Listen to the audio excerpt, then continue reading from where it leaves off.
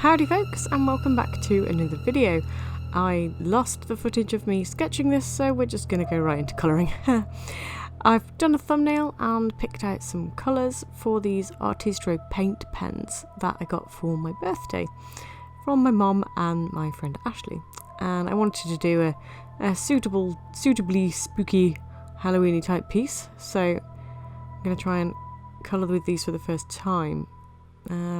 They are a finer tip and sort of advertised all across social media as like rock painting pens or calligraphy painting pens, so I would use caution if you try and do an illustration as big as this one.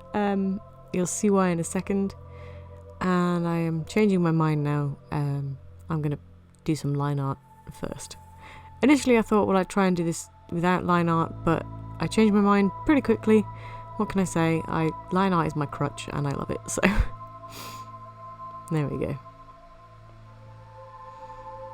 So I put it in a fairly basic looking frame, but I wanted things popping out of the frame, like I've got some little bat feet, the potion bottle comes out. I just like doing that. I like breaking a frame every now and again. So these pens are water-based paint markers. I don't yet know if they actually react to sort of a brush of water on top of them. I was tempted to do that on this piece afterwards because it was a little bit streaky, but I didn't get around to doing it. So I don't know. I don't know the answer on that one. But they're a really fine tipped paint marker, and very, very fine, which is great for the detailing. And like I say, they advertise them as like using them on rock painting kits and things like that. Not large illustrations like this, but hey, I'd like to push the limits of things and wanted to see how they performed, which was fine. I think if I had more patience, they would have been a lot better, because I didn't have the patience to basically colour in with a fine liner. That's the equivalent of how they performed. I mean, you can see I'm able to do the outline of this entire piece with them, so it is a fairly thin line. But I quite enjoyed drawing up this little spoopy Halloween scene. Folks still say spoopy, right? I'm going to say spoopy still.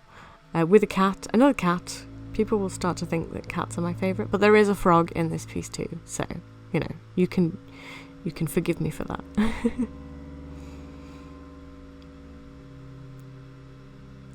So after waiting for it to dry, I erased all of the lines underneath. And then I forgot to outline my bat, so yeah, outlined him. Popped the spider web back in, and then it was on to the colouring. So I picked up where I left off with that little bit of colouring, taking a quick snapshot of the line art there. And you can see from this shot, hopefully, how difficult it was to get an even coating with them on a larger space. One thing I did also notice that they do is this kind of spattery effect. Well, it's not really an effect. They spatter. If you press too hard or too fast, so you'll get a bit of spray with them. I don't know if that's a thing of all paint markers. Really, these are the only ones I've tried. I had a really small Posca pen in one of my scrawler boxes, but other than that I haven't really tried any other paint markers. So I can't comment on whether that is a thing that most do, but I don't know if this is because of their super fine nib that they do that. I wanted to try and blend them, and mixed results really. If you work really fast with them, then you might just about get to blend. And also, if the paint flowing through the marker hasn't quite got to its fullest opacity, then it can sometimes blend as well. So it's probably doable. Again, novice in these art supplies. I feel like I say that in every video. Like literally, I'm like always trying something new. But hey, that's what I aim to do. So there you go. I would like to try and use these again on a smaller surface, maybe even a little rock, because I know that they do sell those rock painting kits now. It seems to be all the rage. Down with the kids. I know about rock painting. Shh. There's a group on Facebook where I live actually, called Shropshire Rocks, and it's basically you paint these rocks and you hide them for people to find, and then people find them and then hide them again, but take a photo of them and say, hey, I found this here, I've rehidden it. And they're all these lovely decorated rocks, and these would be perfect for that. But yeah, in order to combat the kind of massive space streaky lines, I ended up doing a colouring method I haven't used since I was like in primary school, which is this here, where I separate this big area into small sections.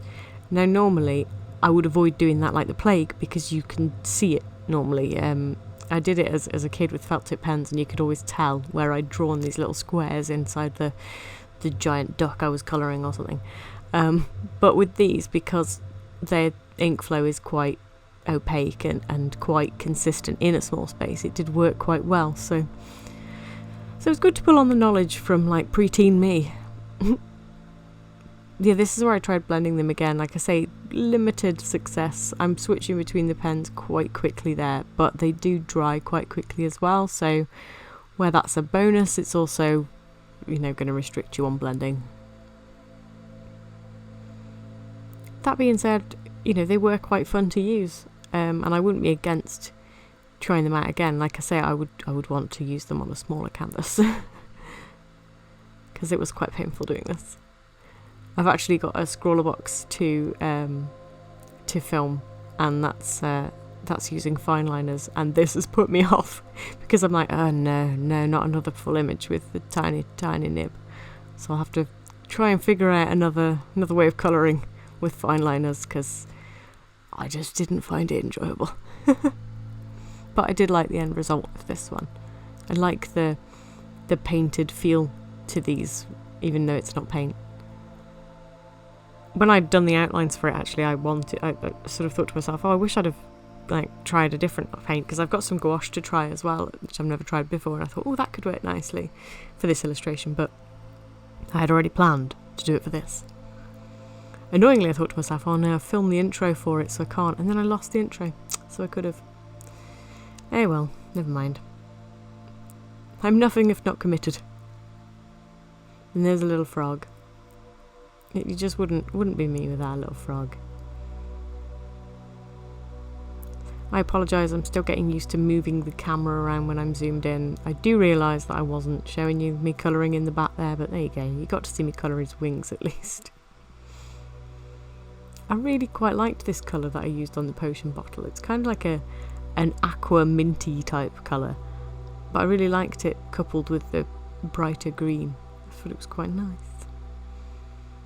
I wasn't sure about leaving the rest of the bottle white, but I think I do in the end. Perhaps should have done it a different colour to make it stand out a bit more. Now I'm looking at it again, but see, these are the things that happen when you go back and look at a piece. Always worth doing.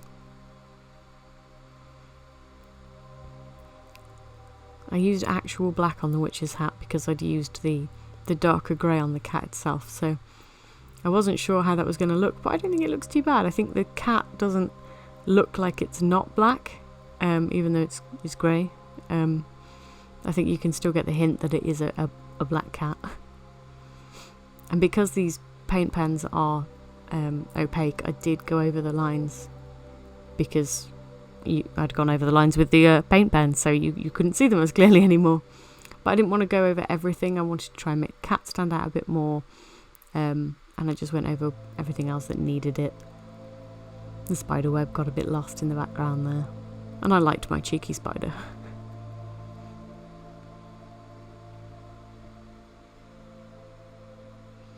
So that is my finished illustration with these Artistro paint pens. I didn't use all 30, but it was colours from the 30 set that I did use.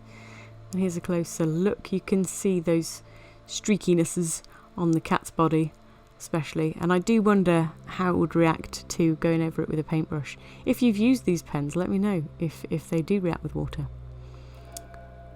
Yeah, I do think a smaller canvas would be better, like a lot smaller would be better. But there we go, this is what we've got. I quite like it. If you liked it, then, you know, give this video a thumbs up, even if it's just for the little frog there, or the little spider here. Yeah. And if you want to see more adventures with art, then please hit that subscribe button.